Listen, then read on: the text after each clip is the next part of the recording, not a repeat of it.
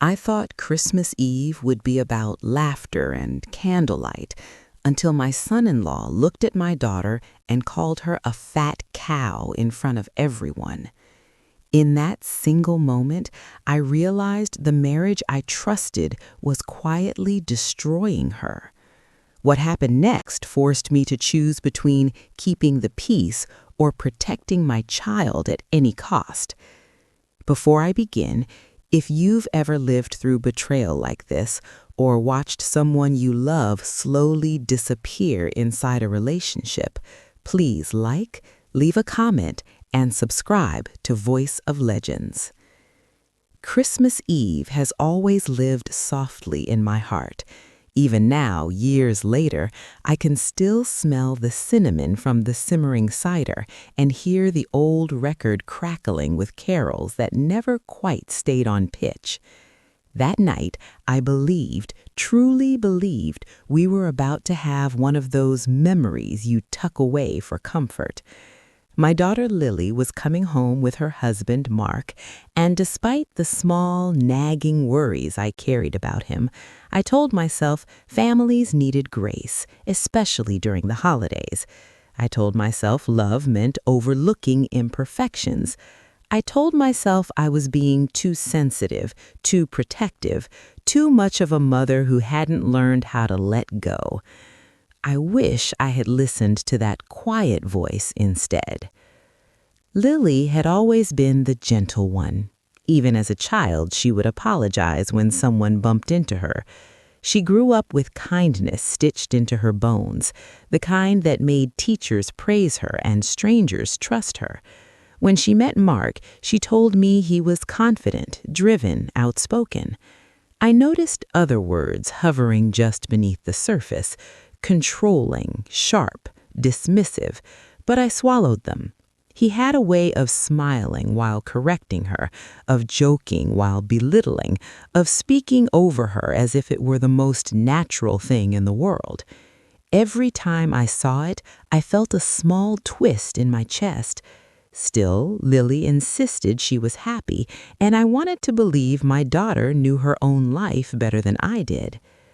That Christmas Eve, the house was full. My sister had come early to help with the cooking, my brother sat by the window nursing his tea, and the tree glowed like it was breathing.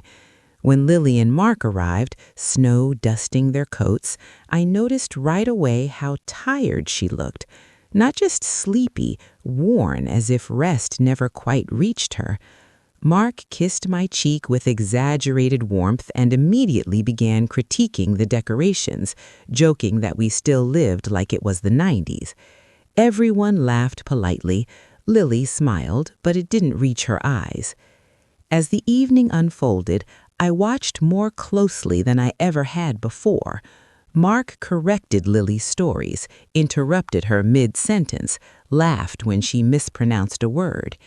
Each time, she shrank a little, folding inward like she was trying to take up less space. I saw the pattern clearly then, the one I had refused to name before. This wasn't teasing, this was emotional abuse in marriage, quiet and constant, disguised as humor. The warning signs were all there, and they were happening in my living room. Dinner was nearly ready when it happened. Lily had just stepped back from the table, carrying a platter of roasted vegetables. Mark looked at her, rolled his eyes, and said, loud enough for everyone to hear, "Careful, don't eat too much of that. You're already turning into a fat cow." The room didn't just go quiet, it froze. Time stretched thin and brittle. I remember the sound of the clock ticking, the way the lights hummed, the sudden weight in my ears like I was underwater. Lily stood there, platter shaking in her hands. For a split second, I thought she might laugh it off the way she always did.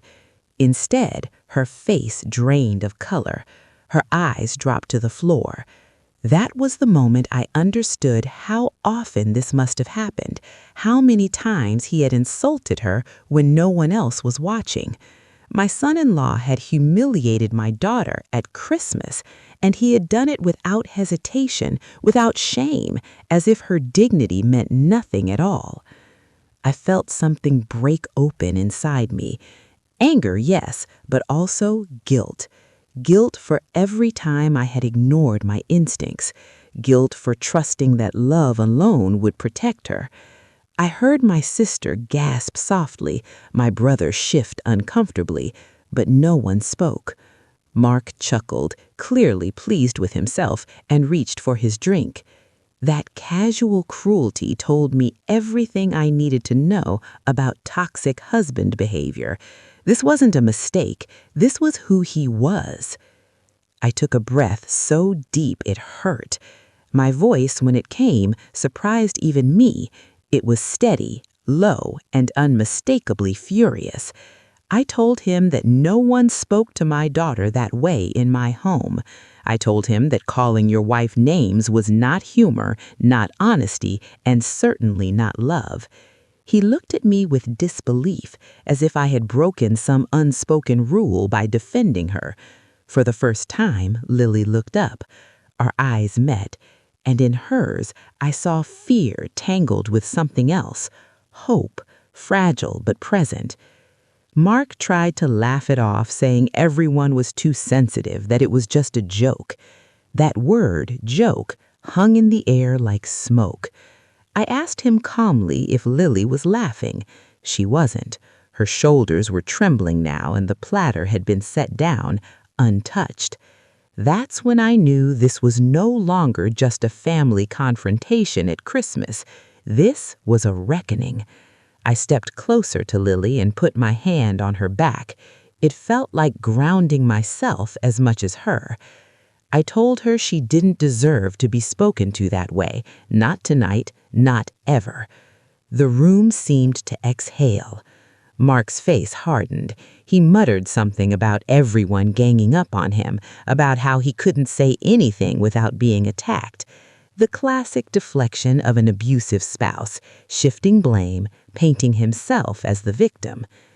Lily finally spoke, her voice barely above a whisper. She said he talked to her like that all the time. Those words cut deeper than any insult. All the pieces fell into place. The exhaustion, the shrinking smile, the way she always checked his reaction before answering a question. In that moment, I realized my child was living inside a story of verbal abuse in relationships, and I had been standing on the outside, hoping it would resolve itself. Christmas Eve was no longer about tradition or comfort. It was about protecting your daughter from emotional abuse, even when doing so shattered the illusion of a perfect holiday.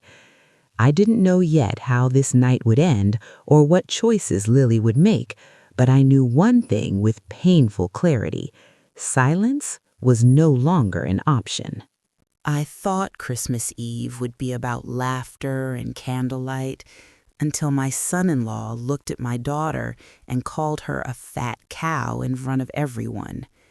In that single moment, I realized the marriage I trusted was quietly destroying her. What happened next forced me to choose between keeping the peace or protecting my child at any cost. The silence after Lily's confession felt heavier than the insult itself. It was the kind of quiet that presses against your chest, daring someone to break it. I kept my hand on her back, feeling the shallow rise and fall of her breath, and I knew that if I let go now, she might retreat again, apologize for existing, for speaking, for making everyone uncomfortable. I had seen her do it too many times before, so I stayed where I was, anchoring her to the moment, to the truth she had just spoken aloud for the first time. Mark scoffed, a sharp, dismissive sound that scraped my nerves raw. He said Lily was exaggerating, that she was too sensitive, that couples teased each other all the time. He looked around the room, searching for allies, for someone to nod along and restore the balance of power he was used to. No one did.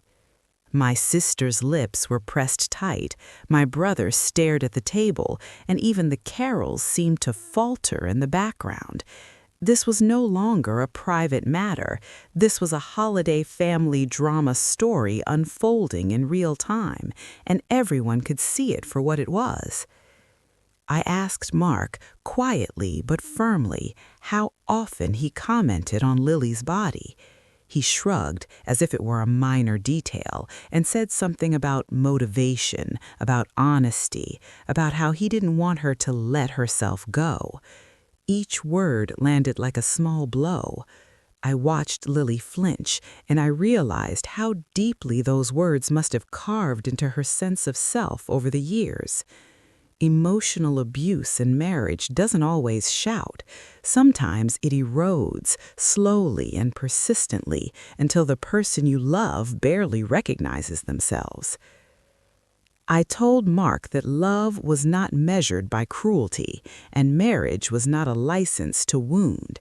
I told him that standing up to disrespect was not an attack, it was a boundary. He rolled his eyes again, muttering that this was exactly why he hated family gatherings, why everything had to be dramatic.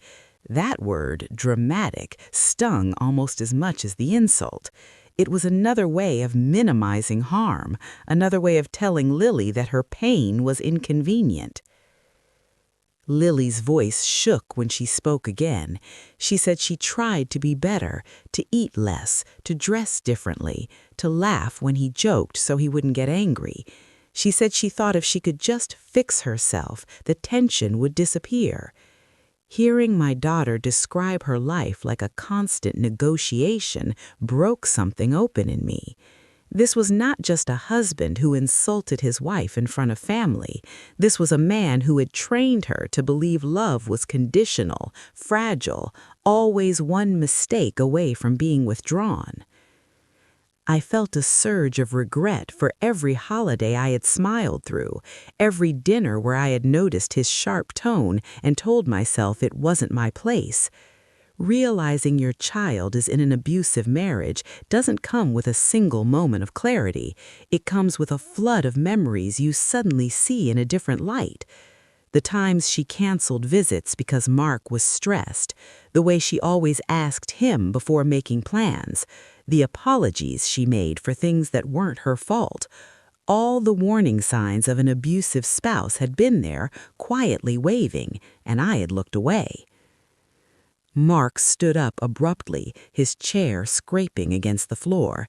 He said he wasn't going to be ambushed like this, that Lily was embarrassing him, that we were turning Christmas Eve into a trial.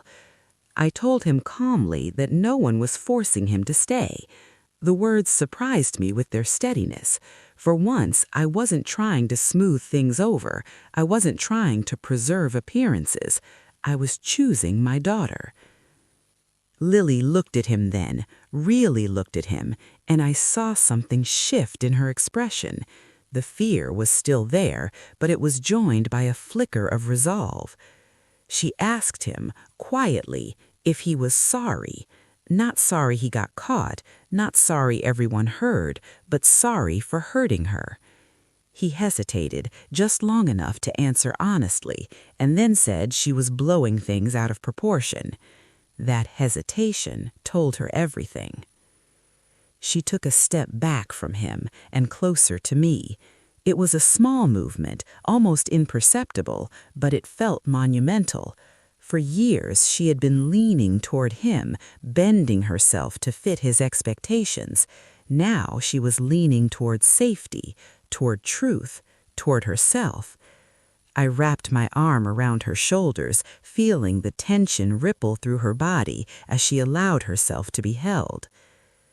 Mark grabbed his coat, muttering about how ridiculous this all was, how we would regret treating him this way. He said Lily could come with him if she wanted, his tone making it clear what he expected her choice to be. The room held its breath. This was the moment, the crossroads, the place where so many stories turn back towards silence because it feels easier than change. Lily didn't move. She looked at me, her eyes searching my face the way they had when she was a child, checking to see if it was safe to tell the truth. I nodded, just slightly, letting her know she wasn't alone. She told Mark she was staying, not forever, not with certainty about what came next, but for tonight. She needed space. She needed to think. Her voice trembled, but she didn't apologize. That alone felt like a victory. Mark stared at her as if he didn't recognize her. Maybe he didn't. Maybe this version of Lily, the one who named the harm and refused to follow him into it, was unfamiliar. He scoffed again, threw out a final insult about how she'd never manage on her own, and slammed the door behind him. The sound echoed through the house, sharp and final. When the door closed, Lily collapsed into my arms. She cried the kind of tears that come from holding too much inside for too long. I held her and let her cry, feeling the weight of what she had just done settle over us both. Standing up to a toxic husband behavior pattern doesn't feel triumphant in the moment. It feels terrifying, raw, and uncertain. But it also feels honest. The rest of the family quietly busied themselves, giving us space without leaving us alone. Someone turned off the music. Someone brought Lily a glass of water. The Christmas Eve we had planned was gone, replaced by something heavier but infinitely more real. This was a family confrontation at Christmas that no one would forget, not because it was loud, but because it was true. Later that night, after Lily had calmed enough to speak without shaking, she told me how long the insults had been going on, how he monitored what she ate, commented on her weight, compared her to other women, how he said it was for her own good. Each detail confirmed what my heart already knew. This wasn't love. It was control dressed up as concern. As I listened, I promised her something silently. I promised that whatever came next, whether she chose counseling, separation, or something she hadn't yet imagined, she would not face it alone. Protecting your daughter from emotional abuse doesn't end with one confrontation. It's a commitment renewed every day to believe her, to support her, and to remind her of her worth when she forgets. Christmas Eve ended without presents or dessert, but it ended with something far more important. It ended with the truth spoken out loud, and once truth is spoken, it cannot be unheard. I didn't know then how far this journey would take us, or how much strength Lily would have to summon in the weeks ahead. I only knew that the night her husband called her a fat cow was the night everything began to change. I thought Christmas Eve would be about laughter and candlelight until my son-in-law looked at my daughter and called her a fat cow in front of everyone. In that single moment, I realized the marriage I trusted was quietly destroying her. What happened next forced me to choose between keeping the peace or protecting my child at any cost. That night, after everyone else had gone to bed, I lay awake listening to the old house settle around me. The heater clicked and off, the wind brushed against the windows, and somewhere down the hall, Lily stirred in the guest room. I had offered to stay with her, to sleep on the floor like I used to when she was sick as a child, but she said she needed a little space, just enough to breathe. Even so, I didn't really sleep. My mind kept replaying the scene at the dinner table, the casual cruelty in Mark's voice, the way Lily's shoulders had curled inward as if she were trying to disappear. I wondered how many nights she had gone to bed like this, awake and questioning her own worth, while I slept peacefully miles away, unaware. In the early hours of the morning, Lily knocked softly on my door. She looked smaller somehow, wrapped in one of my old sweaters, her hair loose around her face. She asked if we could talk. I made us tea and we sat at the kitchen table, the same table where the confrontation had happened just hours before. The candles had burned down to stubs, and the house felt stripped of all its holiday warmth, leaving only honesty behind. She told me things I hadn't known, how Mark would apologize after his outbursts, bringing flowers or cooking dinner, promising he'd do better, how those apologies always came with explanations, with reasons why she had pushed him, why he had been stressed, why she needed to be more understanding. She said the good moments made her doubt the bad ones, made her wonder if she was overreacting, if this was just what marriage looked like. Hearing this, I recognized the cycle immediately. This was emotional abuse in marriage, wrapped in moments of tenderness that kept her hoping, waiting, enduring. I told her that love doesn't require you to disappear, that if she felt smaller, quieter, more afraid around someone, that wasn't love asking for compromise, it was harm demanding silence. She nodded, tears slipping down her cheeks, and admitted she had been afraid to tell me because she didn't want me to hate him. That confession hurt more than I expected. The fact that she had been protecting him, even at the cost of her own safety and dignity, showed just how deeply his words had taken root. As dawn crept in, pale and uncertain, Lily asked me what she should do. I wanted to give her a clear answer, a simple path forward, but this wasn't my decision to make. Instead, I told her what I knew, that being called names, being controlled, being made to feel unworthy were abusive spouse warning signs, not quirks or misunderstandings. That standing up to disrespect often comes with fear, but staying silent comes with a deeper, quieter pain. And that whatever she chose, she would have my support. Later that morning, Mark began texting. At first, the messages were angry, accusing Lily of humiliating him in front of her family, of turning everyone against him. Then they shifted, softening into apologies, into declarations of love, into promises to change. Lily showed me the messages, her hands shaking as she scrolled. I watched her face as she read them, the familiar tug of war playing out behind her eyes. This was the pattern again: harm, denial, apology, hope. Seeing it laid out so clearly made something settle in her. She said she felt tired, not just physically, but in her bones. That afternoon we went for a walk, the cold air sharp and grounding. Lily said she couldn't remember the last time she had made a decision without checking with Mark first. Even choosing what to wear had become a calculation, a way to avoid comments. She said she missed herself, the version of her who laughed freely, who ate when she was hungry, who didn't flinch at the sound of a sigh. Hearing that, I felt both sorrow and a quiet surge of pride. She was beginning to see the cost of the life she'd been living. By the time evening came, Lily told me she wanted to stay for a few days. She needed time away from him to think without pressure, without constant commentary. I told her she could stay as long as she needed. When she finally lay down to rest, she slept deeply, the kind of sleep that comes when your nervous system finally gets a moment of peace.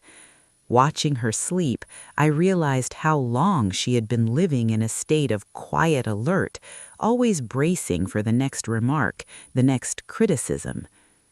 The next few days were a blur of small, important moments. We cooked together, laughed softly at old memories, and talked, really talked, in a way we hadn't in years. Lily began to open up about how isolated she had felt, how Mark had subtly pulled her away from friends, criticized the ones she had left, made her feel like home was the only safe place. This, too, was part of the abuse, and naming it gave her a strange mix of relief and grief. Relief that she wasn't imagining things, grief for the time she had lost. Mark continued to reach out, alternating between anger and affection. At one point, he showed up unannounced, demanding to talk to her. I stood between them at the door, my heart pounding but my resolve firm. I told him Lily wasn't ready and that he needed to leave. The look he gave me then, cold, calculating, resentful, confirmed everything. This was not a man who respected boundaries. This was a man who believed he was entitled to control. That confrontation rattled Lily, but it also clarified something for her. She said seeing him outside the house, demanding entry, made her realize how much power she had been giving him over her sense of safety. For the first time, she talked about what life might look like without him, not in dramatic terms, not as a declaration, but as a quiet question. What would it feel like to wake up without fear of judgment, to eat without counting bites, to speak without rehearsing? I told her that leaving a toxic relationship rarely is a single decision. It's a series of moments where you choose yourself again and again. I reminded her that strength doesn't always look like certainty. Sometimes it looks like taking one small step away from harm. She nodded, absorbing that truth, and I could see her posture slowly changing, her shoulders lifting, her gaze steadier. On New Year's Eve, Lily made a decision. She said she wanted to separate, at least for now. She wanted to speak to a counselor, to understand why she had stayed, and to rebuild her sense of self before making any permanent choices. I felt a rush of emotions, relief, fear, hope, all tangled together. I told her I was proud of her, not because she was leaving, but because she was listening to herself. When she told Mark, the reaction was explosive. Accusations flew, promises were made, blame was shifted. But Lily held her ground. She repeated her boundaries calmly, the way she had practiced, and when he tried to bait her, she ended the conversation. Watching her do that was like watching someone learn to walk again after a long illness. Unsteady, yes, but determined. That Christmas Eve, when my son-in-law called my daughter a fat cow, I thought it was the worst thing that could happen. I see now that it was also the moment the truth finally surfaced. It forced a reckoning that had been building for years. It cracked open a life that was too small for her and made room for something new. We don't always get the holidays we plan for. Sometimes, instead of comfort, we get clarity, and sometimes that clarity is the greatest gift of all. I thought Christmas Eve would be about laughter and candlelight until my son-in-law looked at my daughter and called her a fat cow in front of everyone. In that single moment, I realized the marriage I trusted was quietly destroying her. What happened next forced me to choose between keeping the peace or protecting my child at any cost. The weeks after New Year's felt strangely suspended, as if time itself had slowed to give Lily room to breathe. She stayed with me, settling into the rhythm of the house she had grown up in, and I watched her relearn small freedoms most people take for granted. She chose what to eat without commentary. She wore clothes because they felt comfortable, not because they hid her body. She laughed more, sometimes suddenly, as if surprised by the sound of it. Each of these moments was quiet, almost ordinary, but together they formed the beginning of her return to herself. Still, the shadow of Mark lingered. His messages continued, though less frequent now, swinging between remorse and resentment. Some days he sounded reflective, admitting he had said cruel things, promising therapy, swearing he would never speak to her that way again. Other days his words sharpened, accusing Lily of abandoning him, of destroying their marriage over one stupid joke. That phrase made my stomach turn every time. Reducing years of emotional abuse in a marriage to a joke was just another way of refusing responsibility. Lily started seeing a counselor mid-January. She would come home from those sessions exhausted but lighter, like someone who had been carrying a heavy bag and was finally setting it down piece by piece. She told me how the counselor helped her name what she had experienced, how hearing the word abuse spoken calmly and without judgment made everything feel real in a way it hadn't before. Naming it didn't make it hurt less, but it gave her something solid to push against instead of the fog of self-doubt she had lived in for so long. One evening, as we were washing dishes together, Lily admitted something that stopped me cold. She said part of what kept her with Mark was the fear of being alone, of proving him right when he said no one else would want her. Hearing that, I felt a wave of anger, not at her, but at the way his words had burrowed into her sense of worth. This was the quiet damage of verbal abuse in marriages, the way it rewires your thoughts until the insults sound like facts. I dried my hands and looked at her carefully. I told her that being alone was not a failure, and that loneliness inside a marriage was far more damaging than solitude chosen freely. I reminded her of the people who loved her, of the way the house had felt fuller with her in it, not emptier. She listened, tears welling, and nodded. She said she was starting to understand that love shouldn't feel like a constant test she was failing. As January turned into February, Lily began taking practical steps. She opened her own bank account, she gathered important documents, she talked with a lawyer, not to rush into anything, but to understand her options. Each step made the situation feel more real, more serious, and I could see how frightening that was for her. Ending or even pausing a marriage isn't just emotional, it's logistical, legal, and overwhelming. But I also saw how each step gave her a little more confidence, a little more control. Mark didn't take these changes quietly. One afternoon, he called me directly, something he had never done before. His voice was tight, controlled, and laced with frustration. He said I was poisoning Lily against me, that I had turned a private issue into a family spectacle. I listened without interrupting, letting him say his piece. When he finished, I told him calmly that Lily was an adult making her own decisions, and that my role was not to control her, but to support her safety and well-being. He scoffed, repeating that word again, and said I'd regret interfering. After the call ended, my hands were shaking. Standing up to him directly made the threat he represented feel more tangible, but it also reinforced something important. Protecting your daughter from emotional abuse doesn't end when she's grown. It changes shape, but the instinct remains. I would rather be accused of interfering than complicit in her harm. Lily overheard part of that call, and later she thanked me. She said hearing me speak to him that way helped her see that his anger didn't mean he was right. It just meant he was losing control. That realization was pivotal. Abusive dynamics thrive on silence and fear. When those are disrupted, the behavior often escalates before it fades. Understanding that pattern helped Lily prepare emotionally for what might come next. There were setbacks, of course. Some days she missed him fiercely, remembering the early years when he had been attentive and charming.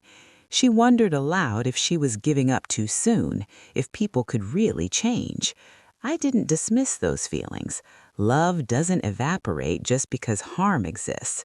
Instead, I asked her to hold those memories alongside the reality of how she felt now, to ask herself not just who he had been, but who he consistently was.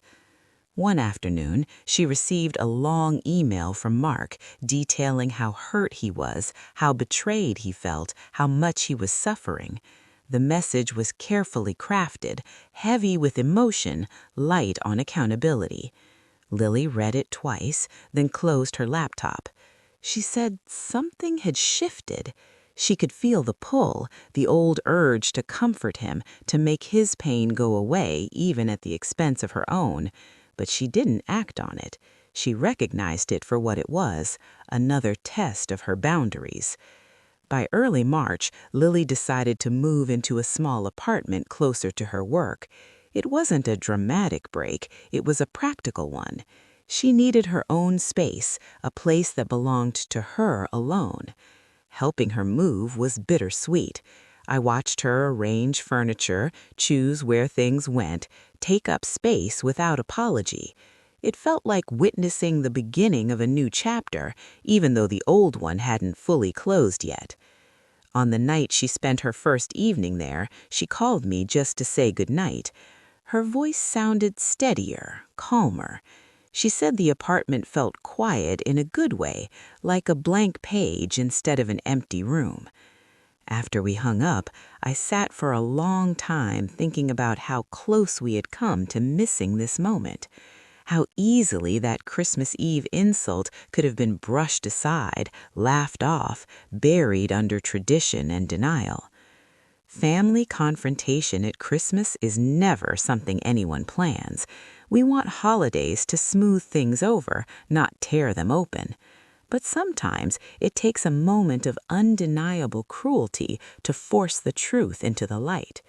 My son-in-law calling my daughter a fat cow was an act of cruelty, yes, but it was also the moment the mask slipped in front of witnesses. It was the moment Lily realized she wasn't alone in seeing the problem, and it was the moment I realized I could no longer stay quiet. As spring approached, Lily continued therapy, continued building a life that felt more like her own. She wasn't healed, not completely. There were days of sadness, anger, and doubt, but there was also growth, laughter, and a quiet pride in how far she had come. Watching her reclaim her dignity reminded me that courage doesn't always roar. Sometimes it speaks softly, choosing truth over comfort again and again. Looking back, I see now that the real gift of that painful Christmas Eve was clarity. It stripped away excuses and forced all of us to see the situation for what it was. And in that clarity, my daughter found the strength to begin again.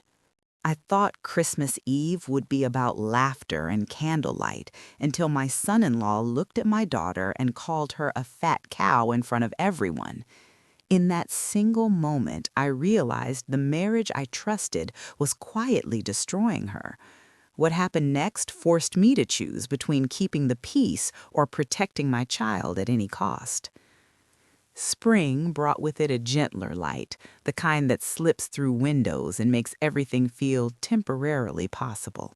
Lily's apartment began to look lived in, not just occupied. She hung a few framed photos, bought plants she wasn't sure she could keep alive, and arranged books on a small shelf like they were declarations of identity.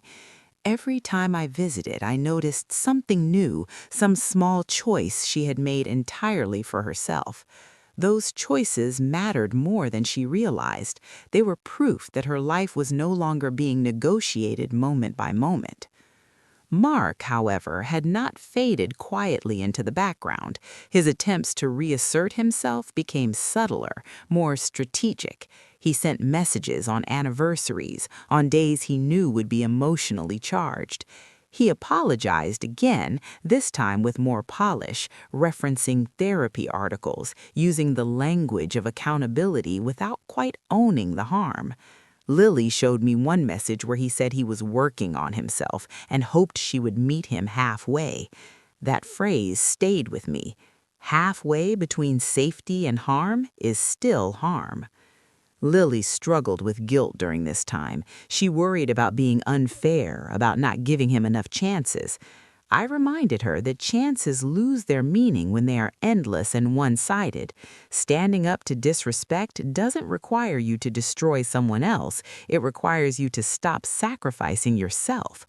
Slowly, she began to internalize that truth. She stopped responding to messages that felt manipulative.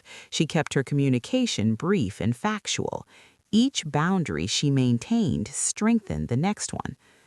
One afternoon, Lily invited me to attend a counseling session with her. She said she wanted me there not to speak for her, but to witness. Sitting in that quiet room, listening to my daughter articulate her experiences with clarity and honesty was both heartbreaking and humbling. She talked about how the insults had changed the way she saw her body, how she flinched at mirrors, how compliments made her uncomfortable because they felt like traps. Hearing this confirmed what I had suspected but hoped wasn't true. Verbal abuse in relationships doesn't end when the words stop. It lingers, shaping perception long after the words stop. The counselor asked me how I felt during the Christmas Eve confrontation. I admitted that part of me still replayed it at night, wondering if I could have intervened sooner, if I had failed Lily by prioritizing peace over truth. Lily reached for my hand then and told me she didn't blame me. She said it took her years to understand what was happening and that I didn't expect me to see it clearly before she did. That forgiveness felt like a gift I hadn't known I needed. As summer approached, Mark's tone shifted again. This time there was anger beneath the surface, a sense of entitlement resurfacing as Lily's independence became undeniable. He accused her of changing, of being influenced, of becoming cold. She recognized this pattern now. Change threatens control, and anger often follows. Instead of engaging, she documented the messages and shared them with her lawyer. Practical steps replaced emotional reactions. Watching her do that filled me with a quiet awe. The legal process was slow, filled with paperwork and waiting. Lily chose not to rush into divorce immediately, opting instead for a formal separation that gave her space and legal clarity. Some people questioned that decision, urging her to just be done with it. But healing doesn't follow a schedule, and Lily was learning to trust her own pace. That, too, was part of reclaiming her dignity. There were moments of joy woven into this difficult season. Lily reconnected with old friends she had lost touch with. She joined a small yoga class, something Mark had once mocked as pointless. She began cooking meals she enjoyed, experimenting without worrying about commentary. These moments might have seemed trivial to an outsider, but to me, they were milestones. Each one was a step away from the life where she was constantly shrinking. One evening, as we sat on her balcony watching the sun dip below the buildings, Lily asked me a question I hadn't expected. She asked me how I knew when to speak up, when to step in, and when to let her handle things herself. I thought about it carefully before answering.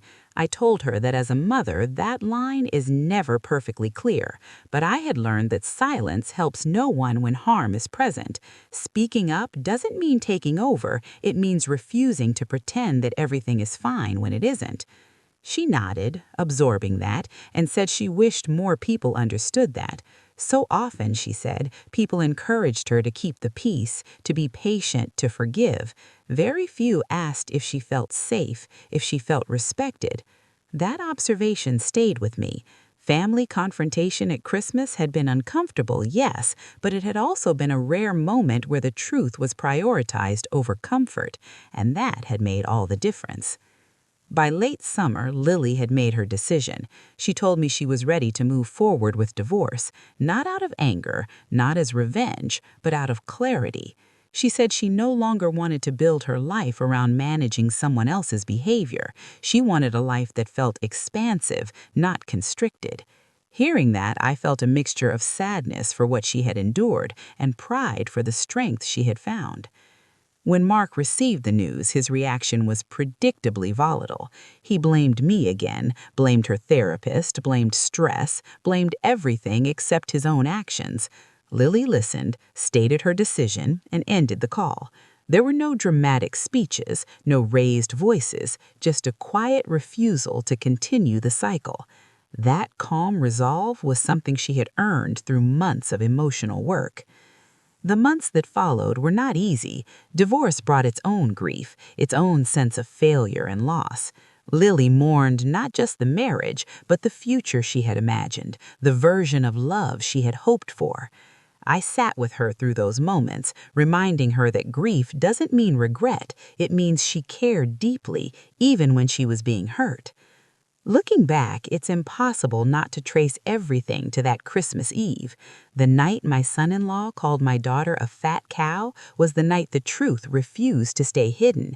It exposed a pattern of emotional abuse in marriage that could no longer be denied. It forced a family to confront something ugly in the middle of a beautiful tradition, and it gave my daughter the clarity she needed to begin choosing herself. Today, Lily is not defined by what she endured, but by what she learned. She knows now that love does not humiliate, that respect is not optional, and that her worth is not up for debate. Watching her step into that knowledge has been one of the most painful and beautiful experiences of my life.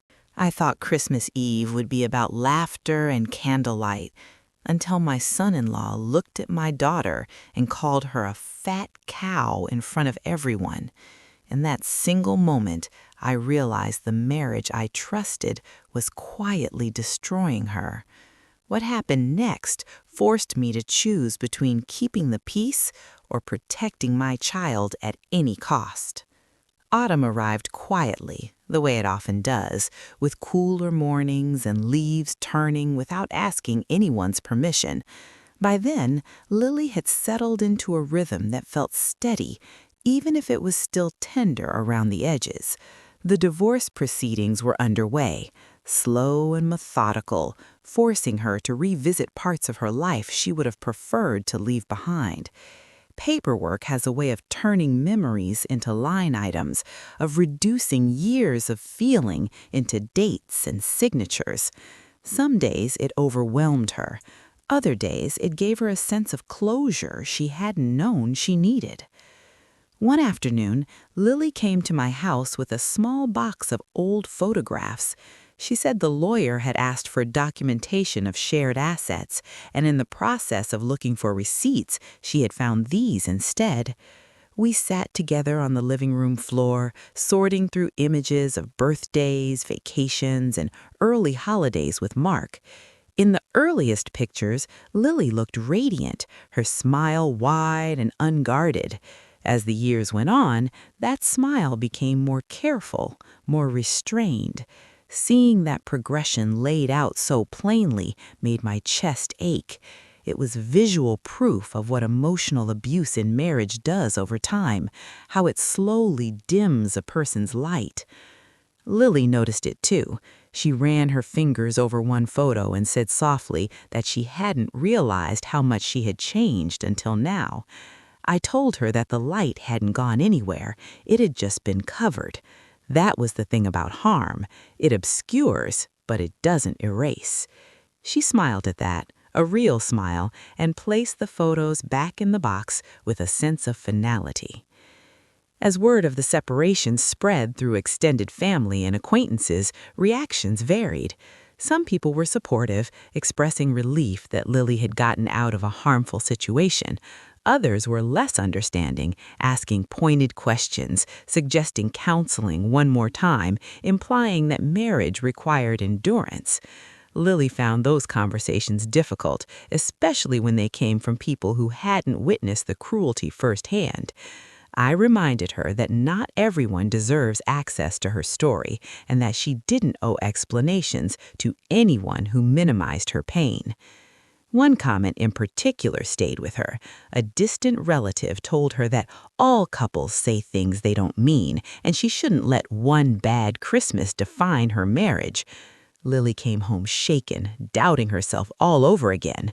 I sat with her and gently reminded her that it hadn't been one bad Christmas. It had been years of insults, control, and erosion of self-worth. The Christmas Eve confrontation had simply been the moment it became visible to others. Naming that distinction helped her steady herself again. Around that time, Lily began volunteering at a local community center, helping with an art program for children. She said working with kids made her feel present, grounded in the moment in a way she hadn't felt in years. Watching her interact with them, encouraging creativity and expression, I saw a tenderness and confidence that had been buried for so long. It struck me that she was giving others the affirmation she had been denied, and in doing so, healing herself. Mark, meanwhile, continued to test boundaries. He questioned financial arrangements, delayed paperwork, and occasionally sent messages that veered into nostalgia, reminding Lily of trips they had taken, dreams they had shared. Each message was an attempt to pull her back into the emotional loop. But Lily had learned to recognize these patterns now. She responded through her lawyer when necessary and ignored the rest. Every time she did, she reclaimed a little more of her peace. One evening, Lily admitted that part of her still feared she would repeat the pattern in future relationships. She worried she couldn't trust her own judgment, that she might miss red flags again. I told her that awareness changes everything. The fact that she could now identify abusive spouse warning signs meant she was no longer walking blindly. Painful experience gave her discernment, and while I wished she hadn't to learn it this way, I trusted her strength. As the year drew to a close, the divorce was finalized. There was no celebration, no dramatic sense of victory. Instead, there was a quiet exhale. Lily said it felt like closing a heavy door she had been holding open out of habit long after it had stopped serving her. She grieved, yes, but she also felt relief. The constant tension, the need to manage someone else's moods, was finally gone. That Christmas, 1 year after everything had changed, Lily came back to my house again. We decorated the tree together, laughing when the lights tangled, reminiscing about traditions that still mattered. There was an awareness in the air, a recognition of how close we had come to losing something essential. When we sat down to dinner, the table felt different. Not perfect, but honest. No one was shrinking, no one was bracing for impact. At one point, Lily raised her glass and thanked everyone for their support over the past year. Her voice was steady, her posture open. She said she had learned that love should never cost you your dignity and that family means speaking up, even when it's uncomfortable. Listening to her, I felt tears well in my eyes. This was the daughter I had always known, standing fully in herself again. Later that night, after the dishes were done and the house had grown quiet, Lily and I sat by the tree. She told me she no longer felt ashamed of what happened. She understood now that staying as long as she didn't mean she was weak. It meant she was human. She said she hoped sharing her story might help someone else recognize the signs sooner, might give them the courage to question behavior they had been taught to excuse. I told her that stories have power, especially when they are honest. The story of my son-in-law insulting my daughter on Christmas Eve wasn't just about that moment. It was about everything that led up to it and everything that followed. It was about how emotional abuse can hide in plain sight and how love, real love, insists on respect.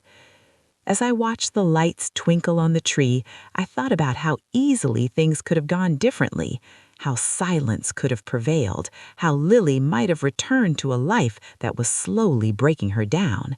Instead, one cruel sentence had cracked the surface and let the truth through. It was painful, yes, but it was also the beginning of her freedom. And in that quiet, reflective moment, I understood the lesson I would carry with me always. Protecting the people we love sometimes means disrupting the peace. It means choosing discomfort over denial, truth over tradition. And when we do, we create space for healing to begin. I thought Christmas Eve would be about laughter and candlelight until my son-in-law looked at my daughter and called her a fat cow in front of everyone. In that single moment, I realized the marriage I trusted was quietly destroying her. What happened next forced me to choose between keeping the peace or protecting my child at any cost. The year after the divorce felt like a gentle unfolding, not without its storms, but no longer defined by them.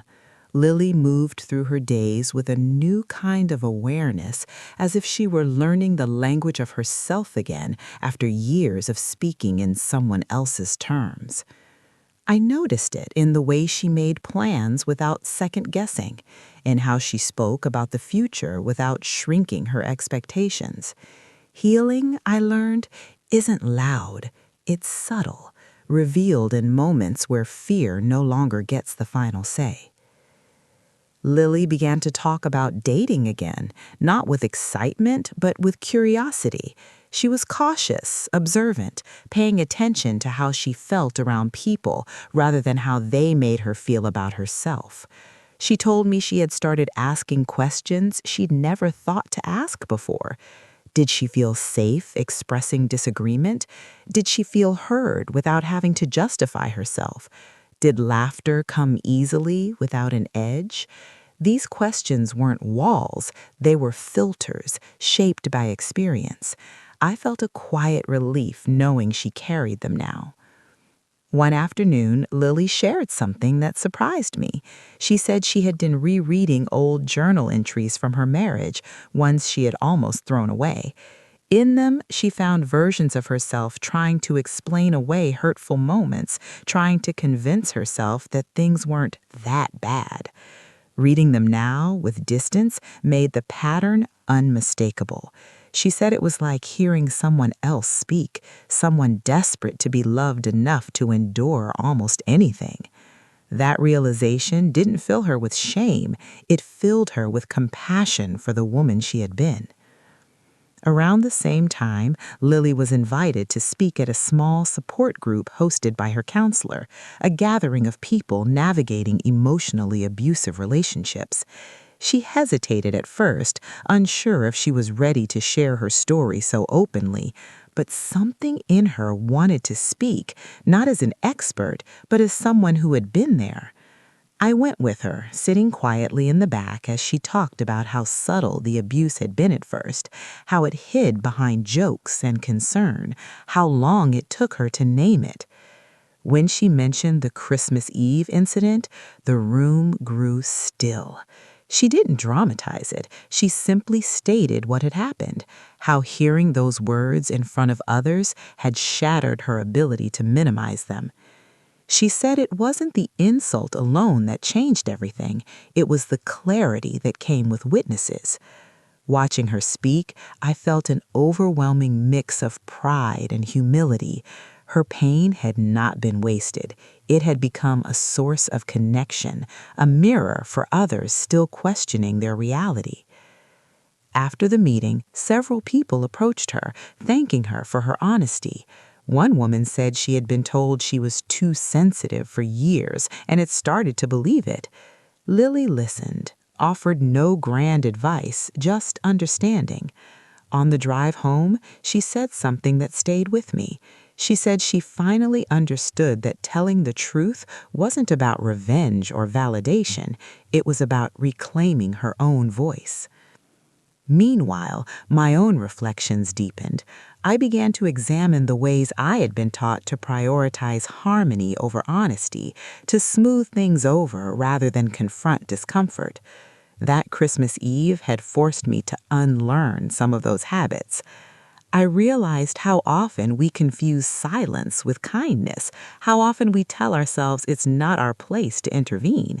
But love, real love, doesn't stand quietly by while harm unfolds. It speaks, even when its voice shakes. Lily's relationship with her body began to change too. She stopped talking about it as a problem to be solved and started treating it as something to be cared for. She found joy in movement again, not as punishment, but as expression. One day, she caught her reflection in a store window and smiled, not because she looked a certain way, but because she felt present. That moment, she told me later, felt like a reconciliation with herself. Mark's presence in our lives faded gradually. There were no dramatic final confrontations, no closure speeches, just distance, enforced and maintained. Occasionally, Lily would hear something about him through mutual acquaintances, but it no longer pulled her back emotionally. She had learned that healing doesn't require understanding someone else's behavior fully. It requires understanding your own boundaries and honoring them. As another holiday season approached, Lily admitted she was nervous. Christmas carried echoes now, reminders of the night everything cracked open. We talked about it honestly, about how traditions can hold both joy and pain. Together, we decided to create some new ones: a quieter dinner, a walk after sunset, space for reflection alongside celebration. When Christmas Eve arrived, it felt different, not heavy, but intentional. That night, as we sat by the window, watching lights flicker in neighboring houses, Lily thanked me again for speaking up when I did. I told her the truth, that I had been afraid, that part of me wanted to keep the peace, but that something deeper insisted I couldn't stay quiet anymore. She said hearing me defend her had been like someone opening a door she hadn't known was locked. That image stayed with me. Sometimes one act of courage gives someone else permission to find their own. I thought back to that moment often, the split second after the insult when the room froze. I understood now how pivotal it had been, not just for Lily, but for me. It had taught me that being a parent doesn't end when your child grows up. It evolves. It asks you to stand beside them, not above them, to believe them, even when the truth disrupts your sense of order. Lily's story didn't end with triumph or perfect happiness. It ended with something quieter and more enduring: self-respect. She learned that love does not humiliate, that laughter should never wound, and that staying silent in the face of harm is not kindness. Watching her live that truth has reshaped my understanding of family, of courage, of what it means to truly show up for someone you love. And every year now, when Christmas Eve comes around, I remember not just the pain of that night, but the clarity it brought. I remember how one cruel sentence revealed a truth that had been hiding in plain sight. And I remind myself that sometimes the most loving thing you can do is refuse to look away.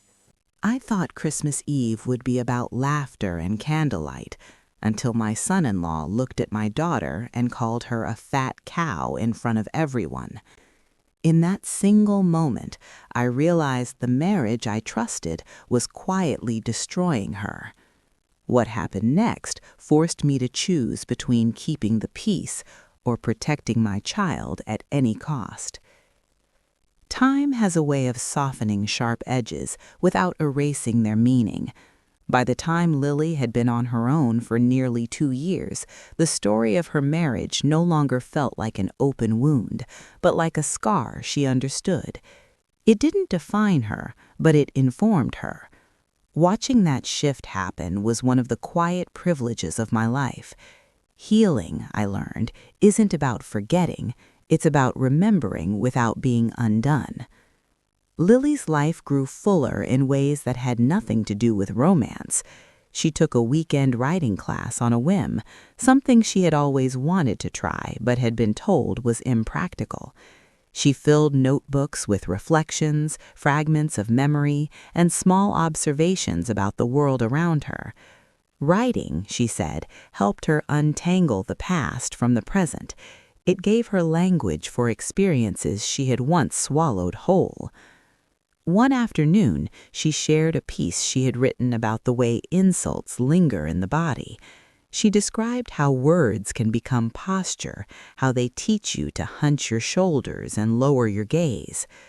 Reading it, I felt tears gather, not just because of what she had endured, but because of the clarity with which she now understood it.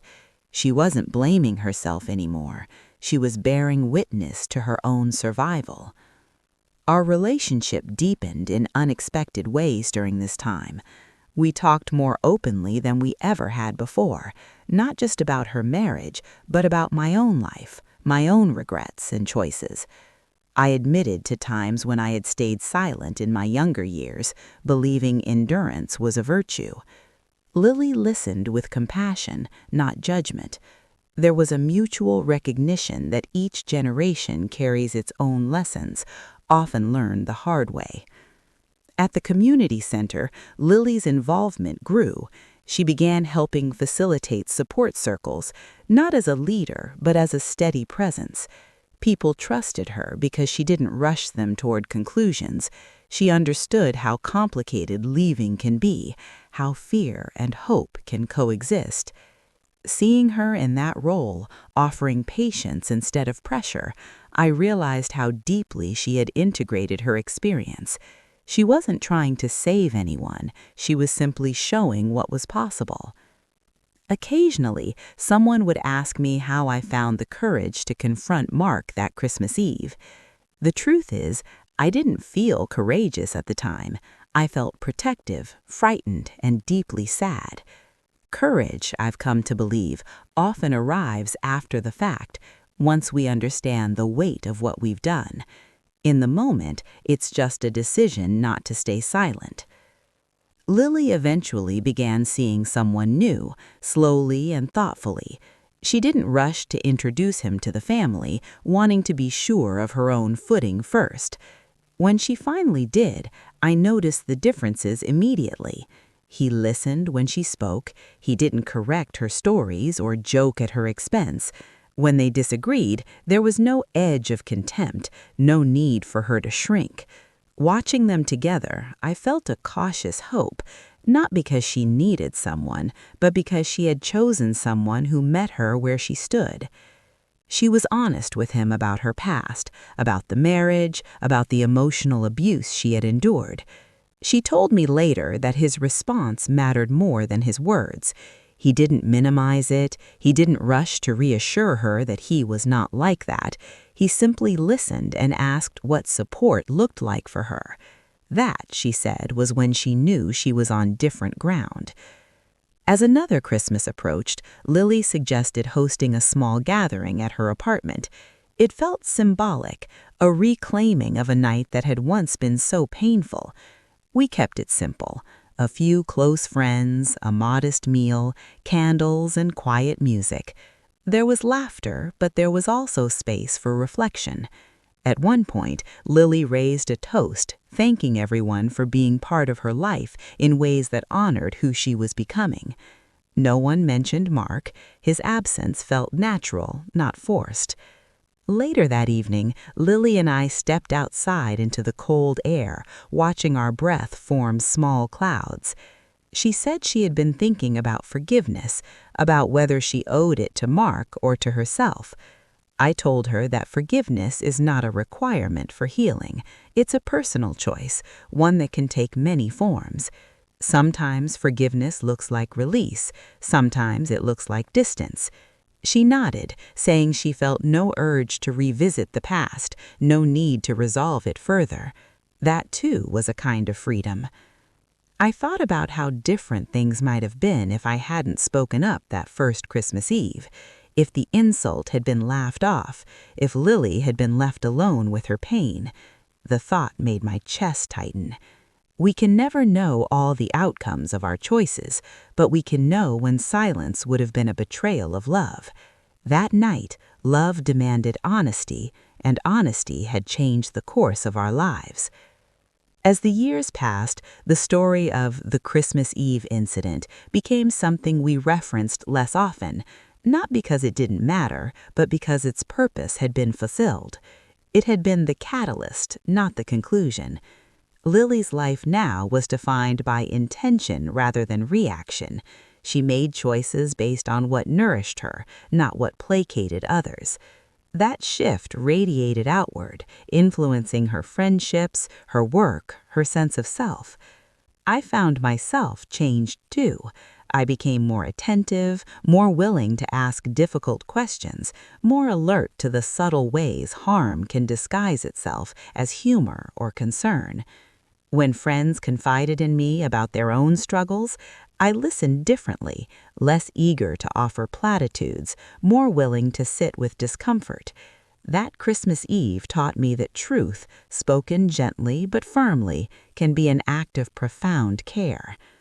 One evening, long after the holidays had passed, Lily told me she was grateful that the breaking point happened when it did. Not because it wasn't painful, but because it stopped her from losing more years to self-doubt. She said she sometimes wondered how many people were still living inside stories like hers, waiting for something to make the truth undeniable. I told her that by living openly and honestly now, she was helping to make that truth visible. The memory of my son-in-law calling my daughter a fat cow will never be pleasant. It will always carry the sting of cruelty and the shock of recognition. But it will also carry something else, the knowledge that even the ugliest moments can open the door to change, that a single sentence spoken thoughtlessly can unravel years of silence and make room for healing. And so, when I look back on that night now, I don't just see the pain, I see the courage it awakened. I see a daughter who learned her worth and a mother who learned that love sometimes requires disruption. I see the beginning of a story that continues to unfold, shaped not by what was endured, but by what was reclaimed. I thought Christmas Eve would be about laughter and candlelight, until my son-in-law looked at my daughter and called her a fat cow in front of everyone. In that single moment, I realized the marriage I trusted was quietly destroying her. What happened next forced me to choose between keeping the peace or protecting my child at any cost. As the years continued to move forward, the intensity of those early healing days softened into something steadier, more grounded. Lily's life no longer revolved around recovery, but recovery had shaped the way she lived. She trusted herself in ways she hadn't before, not because she believed she would never be hurt again, but because she believed she would recognize harm and respond to it. That confidence didn't announce itself loudly, it showed up in her posture, her decisions, and the calm certainty with which she said no when something didn't feel right. I noticed it most when conflict arose, even in small ways. If someone spoke over her, she gently reclaimed the conversation. If a comment crossed a line, she addressed it without apology. There was no edge to her voice, no need to prove anything. She simply stood where she was. Watching that, I realized how far she had come from the woman who once apologized for existing. The change wasn't dramatic, but it was profound. Her relationship with her new partner continued to grow slowly, deliberately. They didn't rush milestones. They talked through disagreements instead of avoiding them. Lily once told me that the most surprising thing about being with someone healthy was how boring it could feel at first. There were no emotional spikes, no cycles of tension and relief, just consistency. At one point, she admitted she had mistaken chaos for passion in the past. Now she understood that peace was not the absence of love, but its foundation. I saw that peace reflected in her home as well. Her apartment became a place of gathering, warmth without performance. Friends dropped by unannounced. Laughter filled the rooms without anyone bracing for consequences. On the walls were pieces of art she loved, not ones chosen to impress. The space mirrored her inner life, open, intentional, unafraid. Every now and then, the past resurfaced unexpectedly. A song would come on the radio or a phrase would echo something Mark used to say.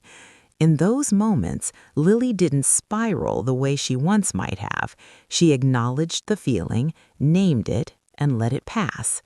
Healing, she learned, wasn't about erasing triggers, but about changing how much power they held. She no longer needed to explain or justify her reactions. She trusted them. For me, the experience reshaped how I viewed family responsibility. I had always believed in being supportive, but I hadn't fully understood the cost of staying neutral when harm is present. That Christmas Eve had taught me that neutrality often sides with the loudest voice, not the most vulnerable one. I carried that lesson into other areas of my life, speaking up when something felt wrong, even when it made rooms uncomfortable. Lily and I talked about that night less frequently now, but when we did, it was with clarity rather than pain. She once said that having witnesses had been crucial, not because she needed validation from everyone, but because it disrupted the isolation that abuse depends on. When others saw it, when it couldn't be dismissed as her imagination, the spell broke. That realization stayed with me. Silence isolates. Truth connects.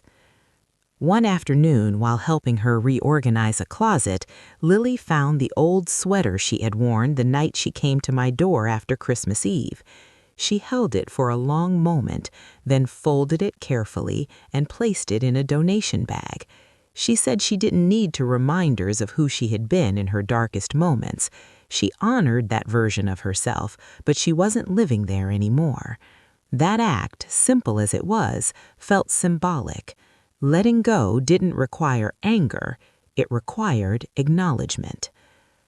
As another year turned, Lily began mentoring someone younger at the community center, a woman just beginning to question her own relationship. Lily didn't tell her what to do. She listened, she asked questions, she reflected feelings back gently. Later, she told me that being able to sit with someone in that place without rushing them felt like closing a circle. She was offering the patience she had once needed.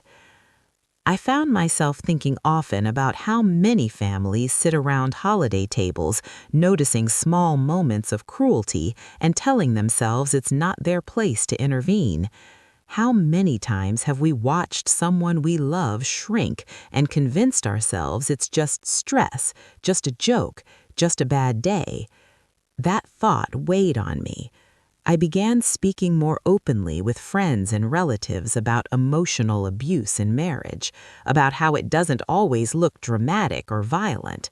Sometimes it looks like laughter that leaves one person quiet. Lily supported those conversations, but she never felt the need to center herself in them.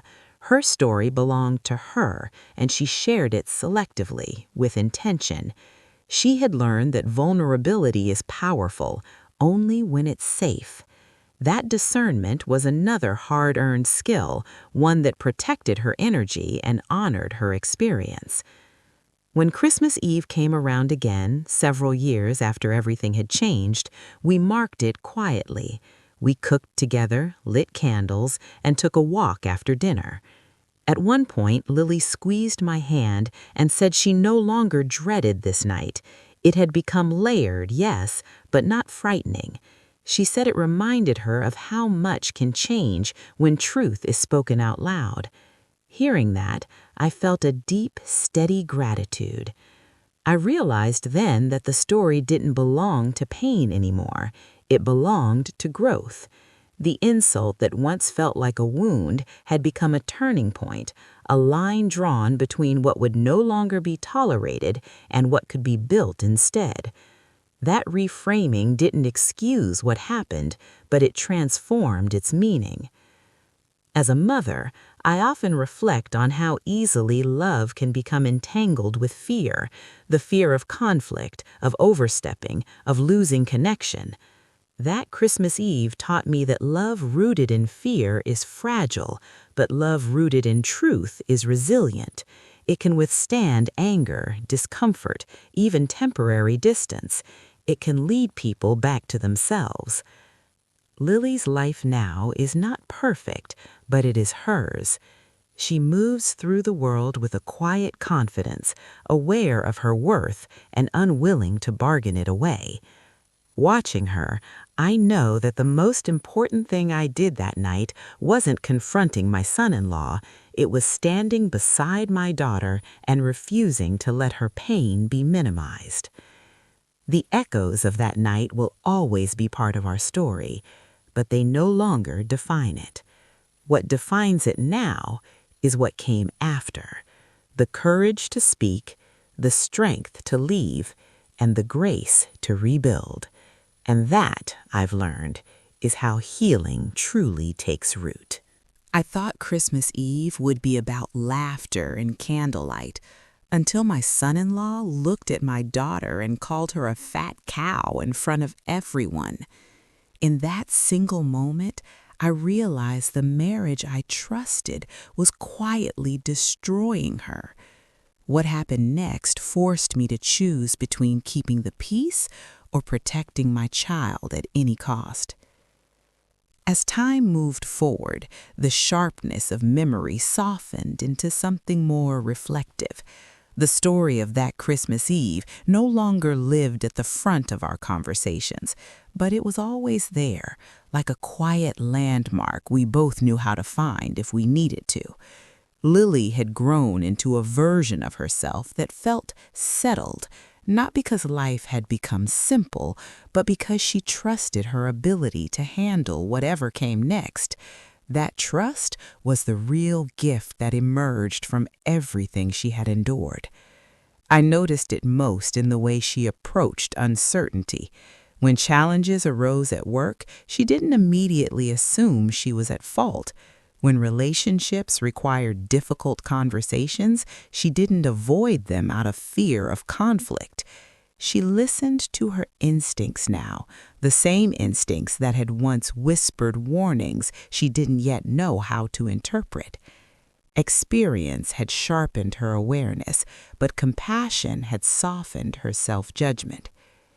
Lily's new relationship continued to develop slowly, intentionally. There was no urgency to prove anything, no pressure to perform happiness. She once told me that what she valued most was how safe disagreement felt. They could misunderstand each other without it becoming a threat. There were no insults disguised as humor, no silent punishments, no need to constantly adjust herself to keep the peace. That kind of steadiness still amazed her, and she never took it for granted. Watching her build something healthy made me reflect deeply on my own past. I thought about relationships I had witnessed, both in my family and beyond, where unkindness was excused as personality, where endurance was praised more than well-being. I began to understand how easily harmful patterns can be normalized when they don't leave visible marks. Emotional abuse in marriage often hides behind respectability, behind laughter, behind the idea that love requires sacrifice. That realization made me more vocal, more attentive, and less willing to dismiss discomfort as oversensitivity. Lily and I talked about this often, especially when someone confided in one of us about their own struggles. We were careful not to impose conclusions, but we also refused to minimize harm. We learned together that supporting someone doesn't mean telling them what to do. It means validating their experience and trusting their capacity to choose. That balance was something I wished I had understood earlier in life. One afternoon, Lily asked me if I ever felt guilty about that night, about not speaking up sooner. The question surprised me with its tenderness. I told her the truth. Yes, I carried regret, but I no longer let it turn into self-punishment. I had done the best I could with what I understood at the time. When I understood more, I acted differently. That, I believed, was the most any of us could do. She nodded, saying that was how she felt about herself, too. She no longer judged the woman she had been during her marriage. She saw her as someone doing her best to survive with the tools she had. That shift from judgment to understanding was one of the clearest signs of healing I had seen. As another holiday season approached, Lily suggested we invite a few people who didn't have family nearby. She said she wanted our home to feel like a place where people could exhale, where no one felt they had to perform happiness. The gathering was modest, warm, and unpretentious.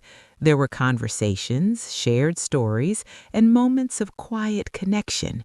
I watched Lily move through the room with ease, hosting not out of obligation, but out of genuine welcome. At one point, someone made an offhand comment about relationships, joking that everyone says hurtful things sometimes. I noticed Lily's posture change slightly, her attention sharpening. She didn't challenge the comment aggressively, but she responded thoughtfully, saying there's a difference between a mistake and a pattern, between conflict and contempt. The conversation shifted. No one argued. The point had landed. That moment, small as it was, felt like a continuation of the courage she had found years earlier. Later that night, after everyone had left, Lily and I sat together, tired but content. She said she felt grateful, not for what had happened, but for who she had become because she had faced it. She said she trusted herself now in a way she never had before. Hearing that, I felt a deep sense of peace. This was the closure I hadn't known to hope for. I reflected then on how stories like ours often get simplified. People want clear villains and triumphant endings, but real life is messier. Mark was not a monster in every moment. Lily was not weak for staying as long as she did. I was not negligent for missing signs early on. We were all human, navigating relationships with the understanding we had at the time. What mattered is that when the truth became undeniable, we chose to act. That Christmas Eve, when my son-in-law called my daughter a fat cow, was the moment the illusion shattered.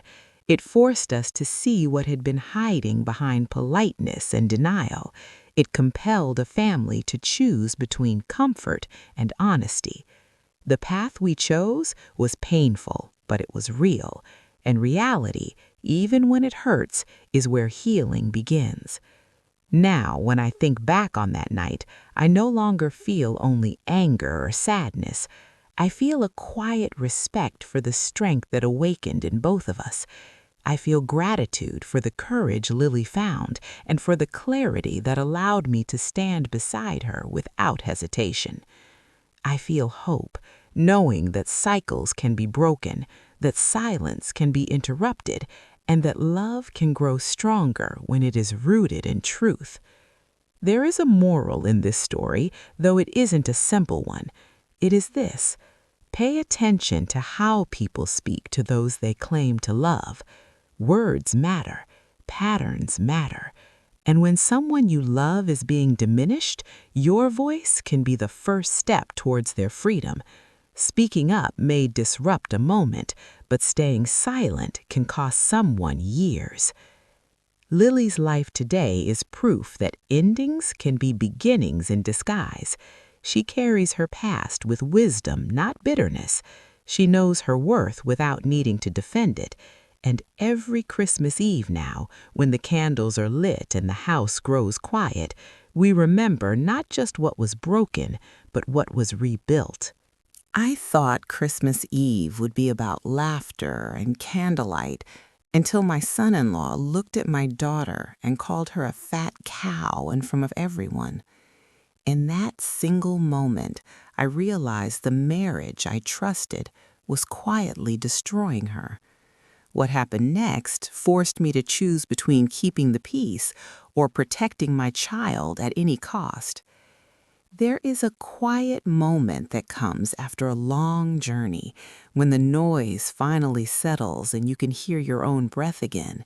That is where our story rests now, not in triumphs or revenge, but in understanding. Years have passed since that Christmas Eve, yet its lessons continue to shape the way I see the world, the way I love, and the way I protect the people who matter most to me. Lily's life today is steady in a way that once felt unimaginable. She has built routines that nourish her rather than drain her, mornings that begin without dread, evenings that end without tears she has to hide. She still works hard, still faces stress and disappointment like anyone else, but none of it is tangled with fear of ridicule or humiliation. Her sense of self no longer depends on someone else's approval. That alone feels miraculous. What moves me most is not how far she's come, but how gently she holds herself now. She no longer speaks about her past marriage with shame. She talks about it as a chapter that taught her to recognize her own limits, her own needs. She understands now that love is not measured by how much pain you can endure, but by how safe you feel being exactly who you are. That truth has become her compass. Our relationship as mother and daughter has deepened in ways I hadn't known were possible. There is an honesty between us now that feels earned. We speak openly about boundaries, about fear, about mistakes. There is no need to protect each other from hard truths. We trust that truth spoken with care is an act of love. That trust was forged in the fire of that night when pretending was no longer an option. Sometimes Lily asks me what I was thinking in the moment her husband spoke those words. I tell her the truth, that for a split second I was frozen, not because I doubted her worth, but because I was confronting the collapse of an image I had held on to. I was forced to see a marriage I had hoped was imperfect but loving, revealed as something far more damaging. And then just as quickly, something solid rose up inside me, a clarity that said this would not be ignored. That clarity has stayed with me. It has changed how I show up in other spaces too. I no longer laugh off cruel jokes. I no longer excuse dismissive behavior as stress or personality. I have learned that discomfort is often a signal, not something to be smoothed over. And when I see someone shrinking in a room, I pay attention. I ask questions. I listen. Lily has done the same. She has become someone others trust with their stories, not because she offers easy answers, but because she understands complexity. She knows how hard it is to leave. She knows how tangled love can become with fear and hope. She never rushes anyone toward a decision. She simply reminds them gently that respect is not optional. On quiet evenings, we sometimes revisit old photo albums. There are pictures before everything changed and pictures after. When we look at the earlier ones, Lily doesn't flinch anymore. She sees a woman trying to make something work, trying to believe in the good. She doesn't despise that version of herself. She thanks her for surviving long enough to reach freedom. That compassion is one of the greatest gifts healing has given her. As for me, I have come to understand that parenting never truly ends. It evolves. When our children are small, we protect them with our bodies. When they are grown, we protect them with our voices, our presence, our willingness to stand beside them even when it's uncomfortable. That Christmas Eve taught me that being a mother sometimes means disrupting the table to save the person sitting at it. If there is one thing I hope listeners take from this story, it is this. Pay attention to moments that make your stomach tighten, that leave someone you love suddenly quiet. Those moments matter. They are often invitations to look deeper, to ask harder questions. And when the answers hurt, remember that facing them is often the first step towards something better. The insult that once shattered our illusion became the doorway to truth. It exposed emotional abuse that thrived in silence and politeness. It forced choices that could no longer be postponed. And while the cost was high, the return was freedom, dignity, and self-respect, not just for my daughter, but for me as well.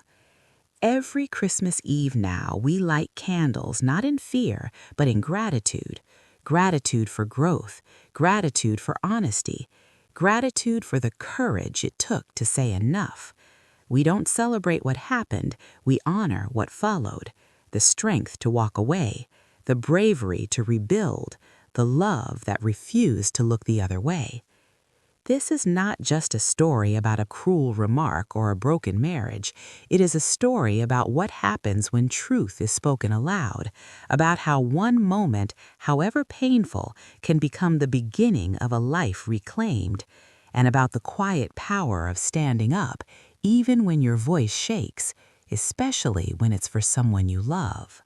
I thought Christmas Eve would be about laughter and candlelight, until my son-in-law looked at my daughter and called her a fat cow in front of everyone. In that single moment, I realized the marriage I trusted was quietly destroying her. What happened next forced me to choose between keeping the peace or protecting my child at any cost. If this feels like an epilogue, that's because life itself rarely ends with a clean full stop. It settles, it stretches, it carries lessons forward into moments that don't announce their importance until long after they've passed. What came after the healing, after the rebuilding, was not a dramatic transformation, but a quieter kind of purpose that revealed itself over time. Lily didn't set out to become an example for anyone. She never wanted her pain to be a lesson on display. And yet, without trying, her life became a kind of reassurance to others. Friends noticed the steadiness in her voice. Coworkers felt safe confiding in her. Acquaintances lingered a little longer when conversations turned personal. There was something about the way she listened, without flinching, without rushing, that made people feel seen. She once told me that she finally understood why survivors sometimes speak softly, not because they are fragile, but because they have learned that gentleness can carry enormous strength. That idea stayed with me. We are taught to associate power with volume, with dominance, with certainty, but Lily's strength lived in her calm, in her refusal to be hurried into explanations, in her unwavering respect for herself. I saw that strength tested again when Mark reached out years later. The message was brief, awkward, and filled with the kind of half-acknowledgement that stops short of responsibility. Lily showed it to me without emotion. She had already decided she wouldn't respond, not out of bitterness, but because she no longer needed resolution from someone who had once denied her reality. Closure, she had learned, is not something someone else grants you. It's something you claim when you stop waiting. That moment felt like a final turning of the page, not because the past disappeared, but because it no longer demanded attention. Lily had outgrown the need to revisit it. She had integrated the experience into her understanding of herself and moved forward without carrying its weight. For me, the ripples of that Christmas Eve extended into friendships, community spaces, even casual conversations. I became more attentive to how people spoke about their partners, especially when humor veered into cruelty. I stopped excusing comments that made me uncomfortable. When someone dismissed emotional harm as overreaction, I gently challenged the idea. Not everyone welcomed that, but I no longer measured my integrity by how agreeable I appeared. There were moments when people thanked me later, quietly, for saying what they hadn't been able to. Those moments reminded me that speaking up often plants seeds we may never see grow. Silence can feel polite, but it rarely serves truth. Lily and I also talked openly about forgiveness, a word so often misunderstood. She made it clear that forgiveness did not mean reconciliation, nor did it mean minimizing harm. For her, forgiveness meant releasing the expectation that the past could have been different. It meant accepting what was, learning from it, and choosing not to let it define her future. That distinction mattered. It allowed her to move forward without rewriting history or betraying her own experience. As the years continued, new challenges came, as they always do, losses, uncertainties, moments of doubt.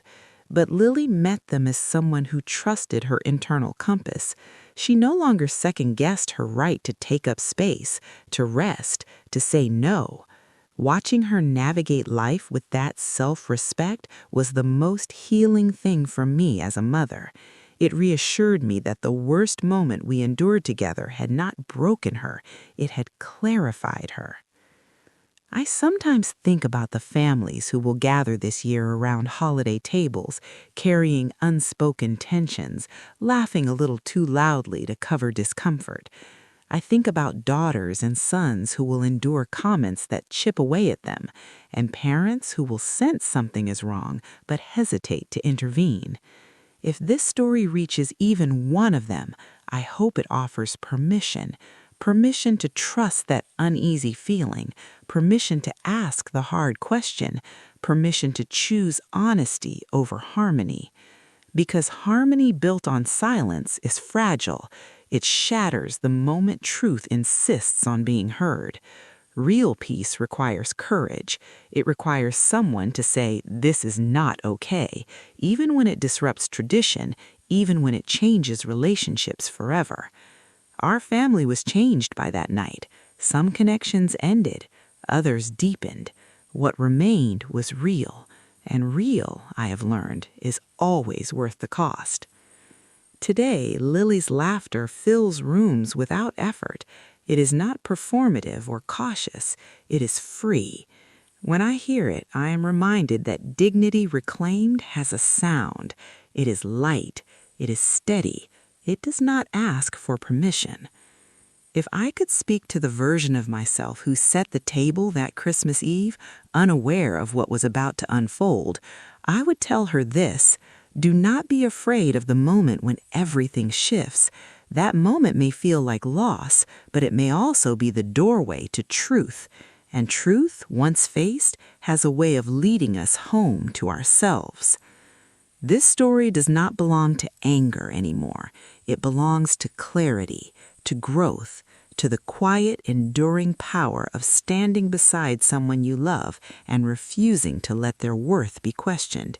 That is the legacy of that night, and it is one I carry forward with humility, gratitude, and unwavering resolve. I thought Christmas Eve would be about laughter and candlelight, until my son-in-law looked at my daughter and called her a fat cow in front of everyone. In that single moment, I realized the marriage I trusted was quietly destroying her. What happened next forced me to choose between keeping the peace or protecting my child at any cost. There comes a stage in every long story where you realize it is no longer about what happened, but about what it changed.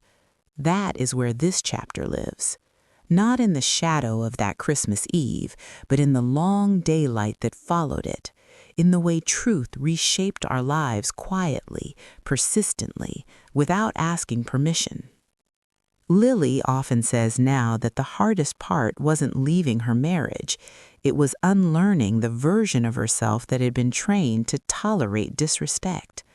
The version that believed love meant shrinking, that harmony required silence, that endurance was a virtue no matter the cost.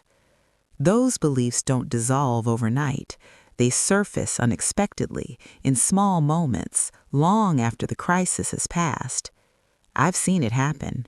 A careless remark from a stranger, a dismissive tone from a colleague, a flicker of hesitation before she speaks up. But what's different now is that Lily notices those moments. She doesn't shame herself for them. She pauses, breathes, and chooses differently. That choice, repeated again and again, has become her strength. We talked once about how emotional abuse doesn't just end when the relationship ends. It lingers in the nervous system, in the questions you ask yourself before you speak, in the way you brace for impact that never comes. Healing, Lily said, was teaching her body what her mind already knew, that she was safe now. That insight stayed with me. So much of recovery happens beneath the surface, invisible but vital. As her mother, I had to confront my own healing too. The guilt I carried for not seeing sooner, the anger I felt toward Mark, the fear that I had failed in my most important role. Over time, I learned that guilt, when it isn't transformed, can become another form of silence. It keeps us focused on what we should have done instead of what we can do now. What I could do now was show up differently, listen more closely, speak more honestly, protect without controlling, love without minimizing pain. That balance took practice. There were moments I overreached, moments I held back too much. But Lily and I learned together. We adjusted. We forgave each other quickly. One evening while we were cooking together, Lily said something that caught me off guard. She said she was grateful that I didn't try to rescue her before she was ready, that when I finally stepped in, it was not to decide for her, but to stand with her. Hearing that lifted a weight I hadn't realized I was still carrying. It reminded me that support is not about taking over, it's about staying present. The holidays, once loaded with tension, gradually became lighter, not perfect, but honest. We simplified traditions. We let go of expectations that no longer fit. That shift didn't please everyone. Some family members missed the old version of things, the one that looked good from the outside. But Lily and I understood that comfort built on denial was not something we wanted to recreate. Over time, new traditions formed, smaller gatherings, deeper conversations, laughter that didn't feel forced. The holidays stopped being a test and became what they were meant to be, a pause, a reflection, a chance to reconnect. Every so often, someone new learns our story. They react with shock, with anger on Lily's behalf, with disbelief that someone could speak so cruelly to their spouse in front of family. Lily listens politely, then gently redirects the focus. She doesn't need outrage anymore. She doesn't need validation through condemnation. She knows what happened. She knows what it cost. She also knows what it gave her, a clarity she might never have reached otherwise. That doesn't mean she's grateful for the pain. It means she refuses to let it be meaningless. I have learned that meaning is something we make, not something that arrives fully formed. That night could have remained a wound we tiptoed around forever. Instead, it became a turning point because we chose to look directly at it, to name what it revealed, to act on what we saw. If there is one image that stays with me, it is not the table or the insult or the stunned silence. It is Lily standing in my doorway later that night, exhausted but honest, no longer pretending everything was fine. That moment required more courage than any confrontation that followed. It was the moment she chose herself, even though she didn't yet know what choosing herself would cost. That courage continues to ripple outward, into the way she loves, into the way she works, into the way she shows up for others without losing herself. It is quiet courage, the kind that doesn't announce itself, but changes everything it touches. As for me, I carry this story as a reminder that love is not passive. It is not polite silence in the face of harm. It is not keeping the peace at any cost. Love is attention. Love is intervention when necessary. Love is the willingness to risk discomfort so someone else doesn't have to endure humiliation alone. We cannot rewrite the past, but we can decide what it teaches us. For us, it taught us that truth spoken aloud can break cycles that seemed immovable, that dignity is non-negotiable, and that sometimes the most loving thing you can do is refuse to laugh along. This chapter, like the ones before it, does not close with fireworks or finality.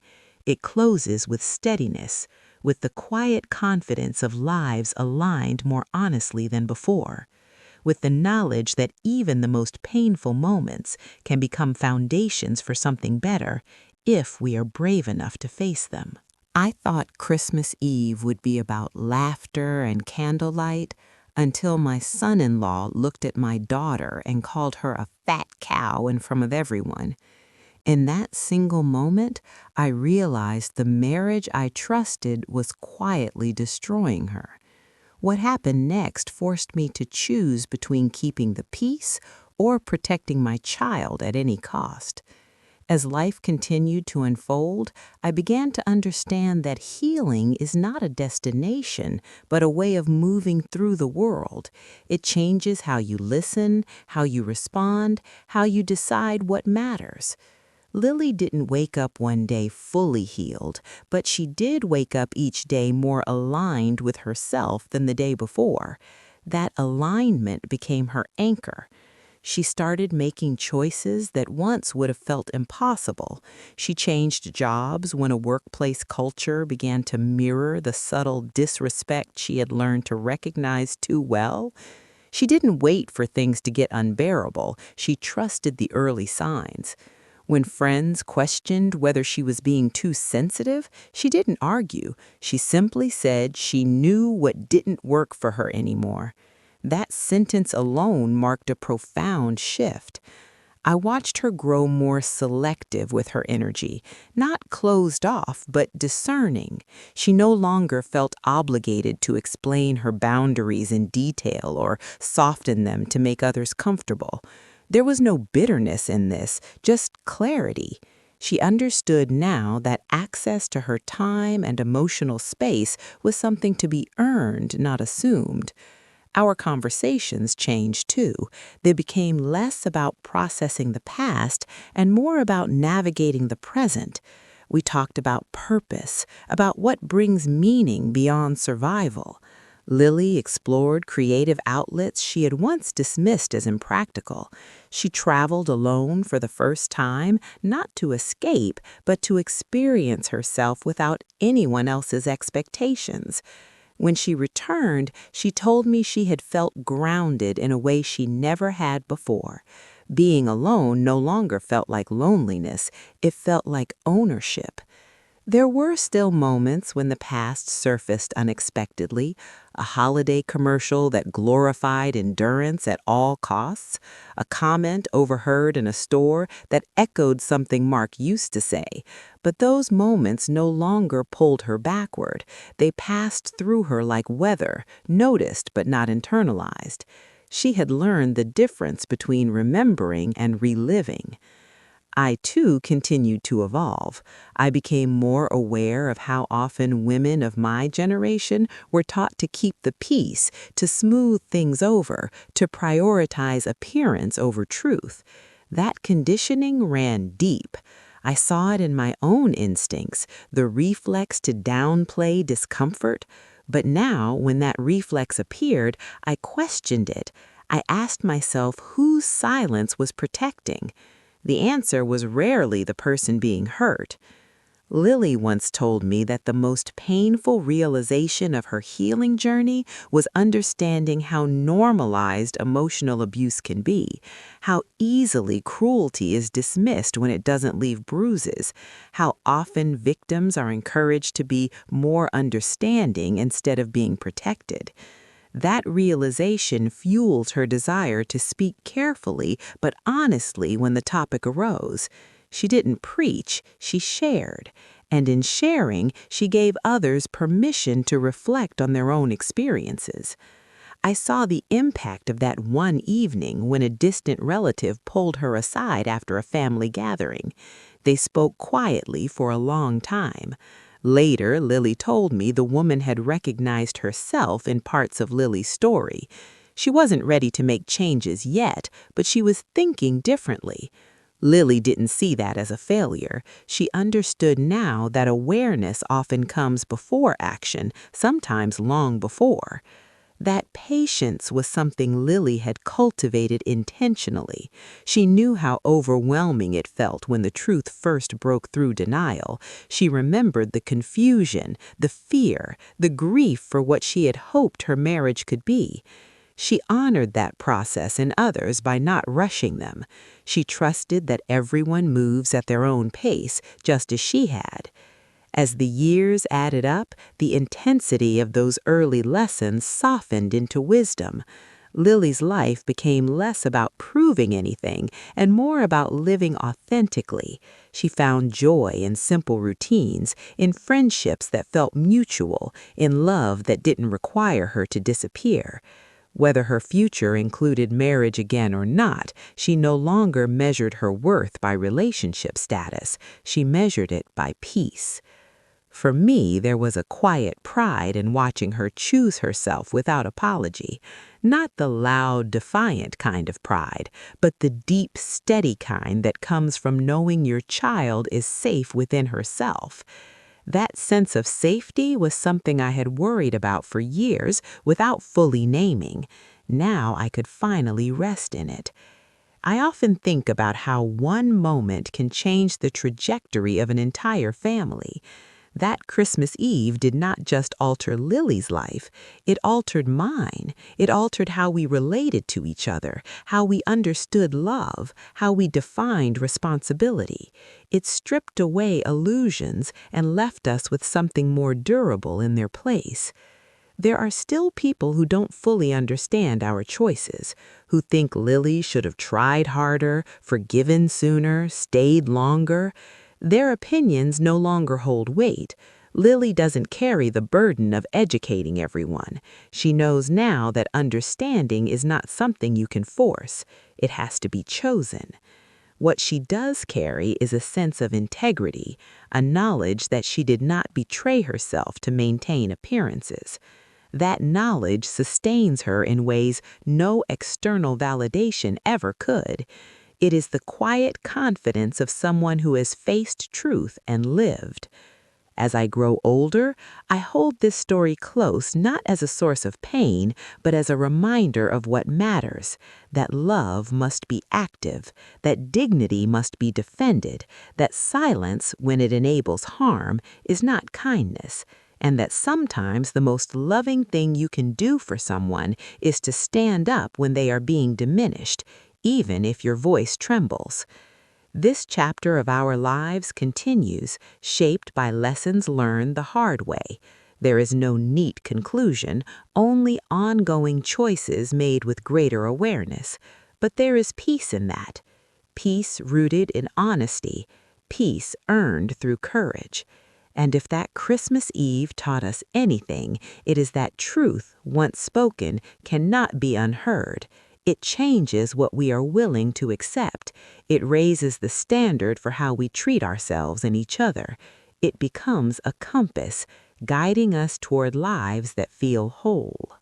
I thought Christmas Eve would be about laughter and candlelight, until my son-in-law looked at my daughter and called her a fat cow in front of everyone. In that single moment, I realized the marriage I trusted was quietly destroying her. What happened next forced me to choose between keeping the peace or protecting my child at any cost. There is a certain stillness that comes when a long story has finally said what it needed to say. Not an ending filled with answers, but a sense of alignment, of things resting where they belong. That is where we are now. Life did not become perfect after everything we endured, but it became honest. And honesty, I've learned, is a far sturdier foundation than perfection ever could be. Lily's days now unfold with an ease that once felt unreachable. She wakes up without that familiar knot in her chest, the one that used to form before she even opened her eyes. She no longer measures her worth against someone else's moods. She moves through the world with quiet confidence, not because she believes nothing bad will ever happen again, but because she knows she will not abandon herself if it does. Sometimes we sit together in silence, drinking tea or watching the light shift across the room. Those moments are simple, almost ordinary, yet they feel sacred to me. They are proof of how far we've come, proof that peace does not need to announce itself. It just exists, steady and real. Lily still believes in love, but she believes in it differently now. She believes love should feel like safety, not anxiety, like partnership, not endurance.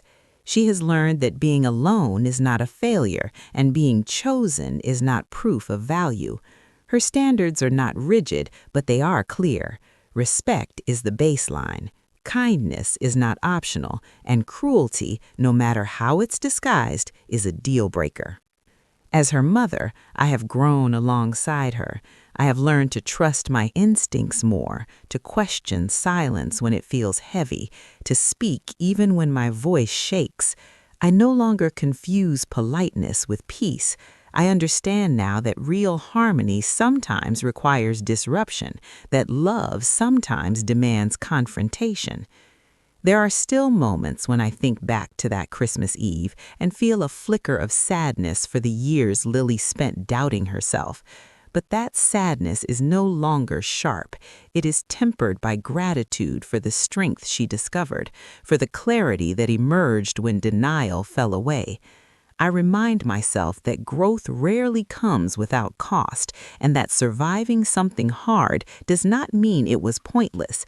If I could speak to other parents, I would say this: pay attention not just to what your child says, but to how they seem to disappear when someone else enters the room. Notice who they apologize for. Notice who they grow smaller around. Love is not supposed to make someone feel invisible. And when something feels wrong, trust that feeling. Ask the question. Say the thing. Your voice might be the lifeline they don't yet know how to throw for themselves. Lily once told me that the most powerful moment of her life was not leaving her marriage, but realizing she didn't have to earn the right to be treated with respect. That realization reshaped everything. It changed how she spoke, how she listened, how she chose. It was not loud or dramatic, it was quiet and permanent. Our family story carries scars, but it also carries wisdom. It reminds us that emotional abuse does not always shout. Sometimes it whispers, sometimes it laughs, sometimes it hides behind tradition and excuses. But once it is named, it loses its power. Once it is seen, it can no longer thrive in silence. Every Christmas Eve now, we light candles not out of habit, but with intention. We remember the night that changed everything, not with bitterness, but with respect for the courage it demanded. We don't pretend it didn't hurt, we honor the truth that it freed us. This story is not about a cruel insult, though that was the spark.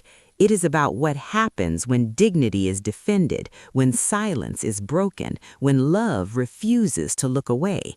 It is about a daughter who reclaimed her self-worth and a mother who learned that protection does not end when childhood does.